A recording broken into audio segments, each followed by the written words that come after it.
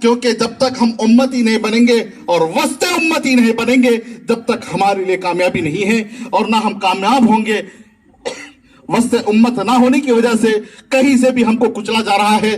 لیکن ذرا غور کریں, ذرا فکر کریں کہ وہ نبی اور وہ صحابہ جنہوں نے اس اسلام کی حفاظت کے لیے اپنے ہر چین اور سکون کو قربان کیا, وہ کیسے؟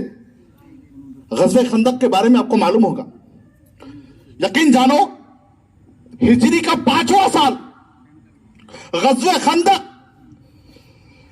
کچھ یہودیوں کو مدینے سے نکالا گیا. تو مدینے کے نکالنے اس لیے کہ انہوں نے خلاف ورزی کی تھی, تو یہودیوں کو نکالنے کے بعد ان یہودیوں نے ایک پلان اور اسکیم بنایا کہ اسلام کو بالکل نیست و نابود کر دیا جائے, مسلمانوں کو ختم کر دیا جائے, مدینے کو جو ہے ان کی اینٹ سے اینٹ بجا دی جائے. چنانچہ یہودیوں نے کوشش کیا اور پہنچے کہاں؟ مکہ کی جانب. اور مکہ پہنچ کر کفاران مشرکین اور کفاران مکہ کو, مشرکین مکہ کو ایک کیا اور جوڑا. یہودی بھی جوڑے. تقریباً لشکر کتنا تیار ہوا بھائی؟ 10,000 کا لشکر. کتنا؟ 10,000 کا لشکر تیار ہوا. بھائی کن کو مارنے آ رہے؟ مسلمانوں کو. اور وہ کہاں ہے؟ مدینہ منورہ, جہاں پر پورے مسلمان موجود ہے. اگر مسلمان مر جاتے, قسم خدا کی آج ہم مومن نہ ہوتے بھائی مدینہ اس وقت اگر ختم ہوتا تو کیا ہمارے اندر ایمان ہوتا یا ایمان والے گھروں میں پیدا ہوتے؟ نہیں ہوتے. آج ہم یہاں سننے والے نہیں ہوتے. مدینہ کی حفاظت ضروری تھی. اللہ کے نبی صلی اللہ علیہ وسلم کو یہ بات پہنچی کہ پورے کے پورے ایک جٹ ہو کر مدینے کی اینٹ سے اینٹ بجانے کے لیے آ رہے ہیں, مسلمانوں کو ختم کرنے کے لیے آ رہے ہیں. اللہ کے نبی صلی اللہ علیہ وسلم مشورہ فرمائے صحابہ سے, کیا کیا جائے؟ سلمان فارسی اٹھ کھڑے ہوئے کہا, اے اللہ کے رسول, ہمارے یہاں ایسا ہوتا ہے کہ شہر کے اطراف میں خندق کھودی جائے, اتنی لمبی چوڑی کہ گھوڑا بھی کود نہ پائے. چنانچہ ان کے مشورے کو قبول کیا گیا. اب باری ہے بھائی خندق کھودنے کی. کس کی ہے بھائی؟ خندق کھودنے کی. کئی دن گزر گئے, صحابہ بھائی خندق کھود رہے ہیں کس لیے؟ ذرا غور کریں, اس باتوں کو غور کریں. خندق کھود رہے ہیں کس لیے؟ کمانے کے لیے نہیں, دہاڑی کے لیے نہیں. ہاں, کوئی دہاڑی نہیں ہے, کوئی کمائی نہیں ہے, یا ڈیلی وائز ان کو پیسہ دیا نہیں جا رہا ہے. خندق کھود رہے ہیں اسلام کی حفاظت کے لیے. اگر یہ مسلمان مارے جائیں گے تو اسلام کو پھیلانے والا کون رہے گا؟ خندق کھود رہے ہیں, کسی کے پیٹ پر ایک پتھر باندھا ہوا ہے. میرے آقا محمد مصطفیٰ صلی اللہ علیہ وسلم پر 2 پتھر باندھے ہوئے ہیں. کس کے لیے بھی؟ ہاں, آج میری ماں بہنیں اپنے بچوں کی اگر ایک دہاڑی چلی جاتی ہے تو پریشان ہو جاتی ہیں.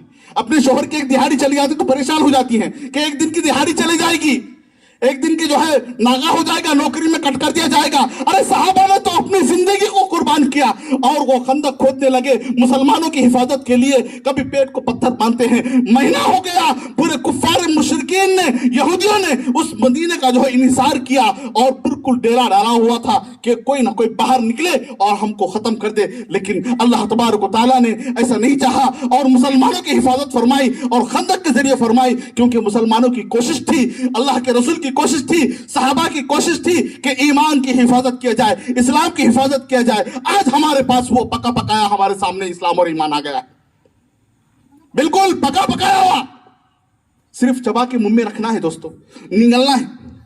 اتنا بھی ہم سے نہ ہو تو پھر ہم کس بات کے ایمان والے, کس بات کے مسلمان؟ صحابہ نے اپنی جانوں کو قربان کیا, خون کو قربان کیا, مال کو قربان کیا. ذرا وقت نکالنے ہم پریشان ہوتے ہیں. اگر یہ جا رہا ہے کہیں مسجد کو کہ کہاں کتنی دیر کیوں کر دیے, میری ماں بہنیں بھی غور فرمائیں. وہ ماں کے پاس کیونکہ سب سے اہم ہوتی ہے ہمارے معاشرے کی مائیں, کیونکہ سب سے پہلا مدرسہ ماں ہوتی ہے, اور وہ بیوی وہ بھی ایک تعلیم یافتہ ہو تاکہ وہ اپنے شوہر کو اس بات کی تعلیم دے کہ وہ دین کے لیے جو ہے وقت نکالے. میری ماں بہنوں سے بھی درخواست ہے کہ صحابہ کی زندگی کو پڑھے, صحابیات کی زندگی کو پڑھے اور اسی طرح سے ان کے حالات کو پڑھے, کیسے انہوں نے اپنے اولاد کو, اپنے گھر والوں کو, اپنے بھائیوں کو اس راستے کے لیے قربان کیا ہے. بہرحال آگے بڑھتے ہوئے اس ایمان اور نبی اکرم صلی اللہ علیہ وسلم کی جو ہے اس سیرت جلسے کے اندر جو اہم ہمارے مقرر ہیں اور ہمارے صدر جلسہ ہیں, جنہوں نے ماشاءاللہ ہمارے لیے وقت دیا ہے, بہت جگہوں پر جاتے رہتے ہیں اور اپنے پر انداز بیان سے لوگ مستفیض ہوتے رہتے ہیں.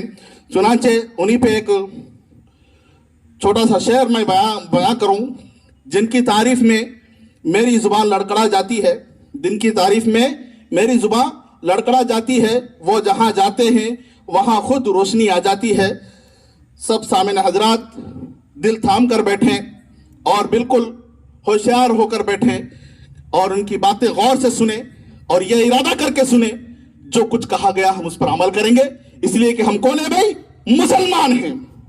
لہذا محترم حضرت سامعین حضرام، میں صدر جلسہ جناب مولانا مرزا جاوید بیگ صاحب عمری کو ادباً دعوت دیتا ہوں کہ وہ آئیں اور اپنی قیمتی موتیوں کو ہمارے اوپر بکھیر دیں۔